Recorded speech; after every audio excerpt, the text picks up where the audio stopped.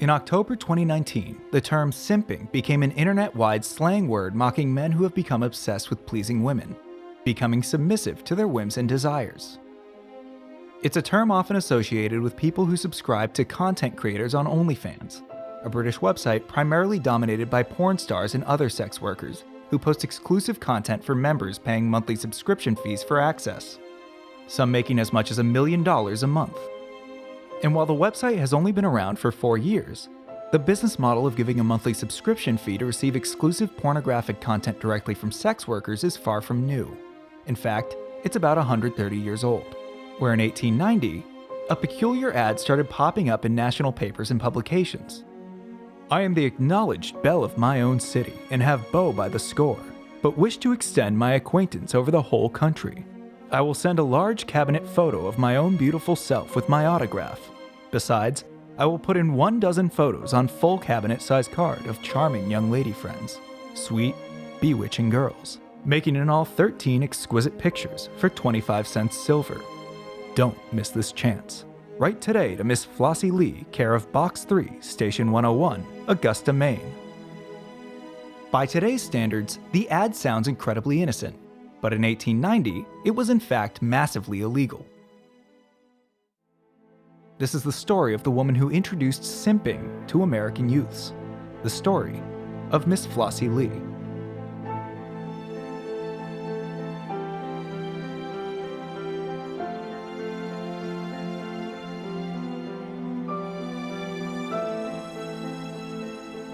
In order to properly lay the scene for Miss Flossie, we first need to talk about Anthony Comstock, veteran of the Union Army and outspoken evangelical Christian. In 1873, 18 years before Flossie made her debut in the Backpage ads, the 29-year-old Comstock was about to radically derail the American smut industry as the nation knew it.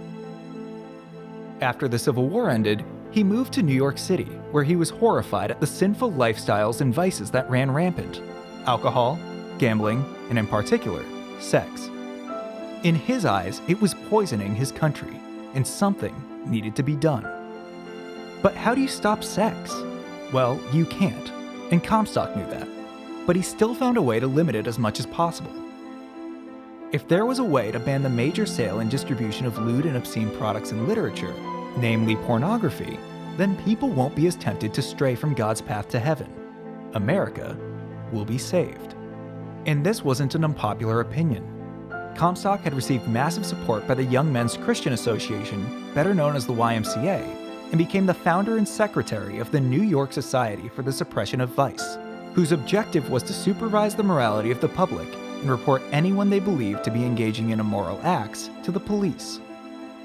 And as the organization continued to gain momentum and support, it eventually got the attention of Congress, who on March 3, 1873, passed the Comstock Act, which enabled the suppression of trade in and circulation of obscene literature and articles of immoral use. In the name of God and morality, it was now a criminal act to send obscenities through the postal service. These obscenities included pornography, contraceptives, sex toys, personal letters containing sexual content or pictures, and information on where to obtain such things. And Comstock was made a special agent of the United States Post Office to enforce this. With someone as puritanical as him at the head of enforcement, this meant that everything obscene in his opinion was now illegal to distribute, and it went far past regular pornography. Literature that included scenes containing even slight moments of sexuality were now contraband. Information on safe sex and practices were deemed obscene. Even medical textbooks on female sexual health and conception were considered pornographic, and thus illegal.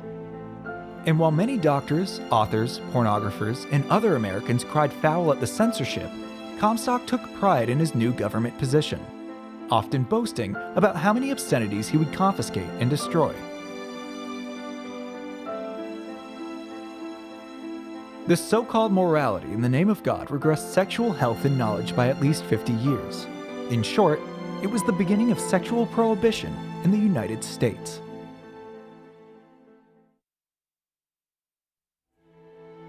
Before Comstock, it was incredibly easy for people to get their hands on porn and other obscenities. While most newspapers wouldn't run advertisements of such things, dime books and pulp magazines would. In the back pages, circular ads for adult literature and photo books would commonly appear next to ads for male enhancement pills, abortion pills, STD remedies, and divorces. But once the Comstock Act began, editors for such magazines were forced to remove them, resulting in over half of their ads disappearing between issues. And for the better part of a decade, the ad sections would remain in such neutered capacity. But slowly, the obscene ads trickled back. This time, however, pornographers had figured out how to properly market their smut. It was time to rebrand. Pornographic photo books and literature were once again in the back pages, but this time, product descriptions had become so vague that they couldn't be proven as selling obscene materials. And if they did, they were instead sold as art, with actresses, for artistic purposes. And just like that, porn was back in business. But then in January 1890, in the back of that month's issue of the National Police Gazette, a popular men's magazine focused on sports and true crime reporting, often with a racist and misogynistic slant, Miss Flossie Lee made her grand debut. Unlike the other ads of the era, Miss Flossie Lee was clear with what she was selling: pornography, personally sent from her and her friends to men across the country. The subscription price was only a quarter, equal to roughly $7.50 today. Send a quarter and receive a personal package from Miss Flossie, full of 13 lewd and obscene photographs of her and her friends, with the self-appointed Belle of Augusta's autograph as the cherry on top. Effectively, Miss Flossie had just created the business model for Onlyfans, where the money coming in from her exclusive content was going directly to the sex workers. Within the terms of the Comstock Act, it was, without a doubt, illegal. But it proved to be a smash hit, with 16-year-old boys. And what they got was a smut dream come true. The boys loved it and continued subscribing to Miss Flossie and her harem of friends month after month, which by modern standards made them the first American Simps, and no one was going to stop them. No one except their parents, that is. Teenage boys were just as bad at hiding things from their parents as they are today, and it didn't take long for some particularly nosy parents to find the obscene photos and magazine ads from the Beau of Augusta. Parents were furious, and across the country, postmasters and lawmakers were getting complaints about the smut's distribution. My dear sir, I sent you by mail today 2 copies of papers sent by mail to my boys. I consider the influence of such papers worse than the Louisiana lottery. Is not this matter forbidden to be transported in U.S. mail? The matter should be suppressed. Yours respectfully, Samuel L. Seymour. As more complaint letters came in, Postmaster General John Wanamaker and Congressman Henry Clay McCormick ordered a formal investigation into Miss Flossie's obscene business. Since her porno operation was based in Augusta, Maine, the Boston Post Office was tasked with bringing the hussy to justice. But they had very little information to go off of, just a P.O. box that they were certain wouldn't lead directly to her. However, Inspector Charles Pendleton had a plan, an idea that would later become his signature tactic in catching countless future male offenders. Under the decoy alias of Eugene Boone from North Brookfield, Massachusetts, he was going to send a quarter to Flossie and subscribe to her Onlyfans. Once he got the package, he would then use the mailing receipt from the incriminating evidence to lead directly to her. And he certainly got his money's worth. On December 12, 1890, he received a package addressed from Miss Flossie herself, and inside the package were the obscene images he hunted for, making her impending arrest absolutely warranted. But 2 new clues were about to blow the case wide open. Under Flossie's signature on the receipt was another, B.R. Dunton. Also included on the photo sheets were watermarks belonging to the Art Photo Company of Augusta, Maine. This meant that the woman who had claimed to send these personal photos, Miss Flossie Lee, wasn't real. It was all just a 19th century version of catfishing, and the teenage American boys who simped for the Beau of Augusta were none the wiser. In today's world, it's a concept with which we're all too familiar. The reason why you can never find who Tony is because I'm Tony. Why the would you do that? You should have never called me a fat-ass Kelly Price. So who was B.R. Dunton, and what was the Art Photo Company? As it turns out, even before the investigation of Miss Flossie, the Art Photo Company was on the post office's radar since 1888. where it was suspected of being a major pornography distributor in the Northeast United States. They sold dozens of different porno books, lewd cartoons, and other sexually obscene products.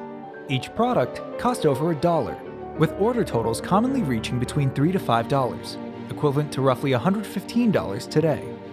The art photo company was making a fortune, but the USPS couldn't crack down. Why? Aside from passing off their products as art, it was too small and discreet an operation to be caught. Once the breakthrough with Miss Flossie led Inspector Pendleton to the art photo company, they discovered that it was in fact just a small operation with one particular man at the helm, George Edward Dunton. Within the city of Augusta, George was known by many to be an incredibly popular young man and also an engineering genius. In 1887, at the age of 26, he was the head supervisor of the electrotyping department at E.C. Allen Publishing, one of the largest publishing houses in the country. Electrotyping was the metal engraving process used to create printing plates for books, newspapers, and photographs, and George was a master of it, completely re-engineering their facility's dynamo to be over 3 times more efficient, which not only saved electricity, but it increased the quality of the prints as well. It was during this time that George started the art photo company as a side business, with a small handful of helpers, among them his half-sister Belle R. Dunton, who Inspector Pendleton caught with a decoy order. George utilized the resources he had at E.C. Allen to collect, reprint, and distribute the imported pornography from France and Germany, and the art photo company was a success. But the beginning of 1890 was rough for George. Just before New Year's, the New York warehouse that supplied the majority of his imports burned down, and the smut went with it. And from the ashes rose Miss Flossie Lee. While George certainly couldn't charge dollars per order anymore, 25 cents per order of 13 easily reprintable photo negatives was more than enough to keep the art photo company profitable. But soon, it would all come crashing down. On August 4th, 1891, George caught wind of Inspector Pendleton's investigation into Miss Flossie Lee and knew that with the Comstock Act in place, his arrest was imminent. His lawyers, Heath and Toole, advised him to stop his pornography business immediately, and on top of all that, his wife Martha left him. And on November 15th, 1891, George Edward Dunton was arrested and held on a $1,000 bail. He was tried on December 12th. In order to reduce his sentence as much as possible, George ratted out every importer who aided him in the art photo company's porno business, and in correspondence with Maine Attorney General Isaac Dyer, George's lawyers appealed for mercy. Hope the authorities may see fit to let Mr. Dunton aid without indictment since he ceased to be an offender voluntarily. This is also a first offense in the first criminal or other process, except his divorce, which he has ever been called upon to answer to. He is a young man of good habits, good family, and hardly recognized his offense. Having left the business in good faith, not by reason of any prosecution threatened or feared, but simply because he learned of its illegality, hope you can find it in your heart to use your influence to save the boy from imprisonment. But that didn't work. Intending to make an example out of him to other pornographers, Judge Webb refused to grant George leniency. He was sentenced to 4 months in Portland jail, with the judge noting that if George advertised his smut as art, he may have been able to get away with it all. But Miss Flossie Lee was advertised as personal letters of a sexual nature, and in addition to the violation of Comstock laws, the false identity of Augusta's beau constituted mail fraud. Miss Flossie Lee and the art photo company were no more. Shortly after his release, George Dunton moved to Washington, D.C., where he worked for the government as an electrotyper. The man who conned thousands with his 1890s Onlyfans scam settled down with a new wife and family. He even found a little bit of fame within the electrotyping industry, writing and publishing dozens of engineering articles about his work and methods before he died on August 19, 1916, at 55 years old. While limitations and enforcement on the sale and distribution of pornography would greatly weaken over the ensuing decades, the Comstock Act would only strengthen its strict ban of information on sexual health and knowledge. This enforcement would remain in place until 1965, when the Supreme Court ruled it unconstitutional to restrict access to birth control after Griswold v. Connecticut.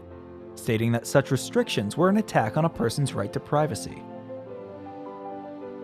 While the porn industry today is going as hard as it ever has in America, the fate of another target of Anthony Comstock's religious attack on sexuality remains in question. But for every regression to the personal rights Americans endure, there will always be a Miss Flossie Lee, or rather, a George Edward Dunton, fighting against it, with their simps fighting alongside them.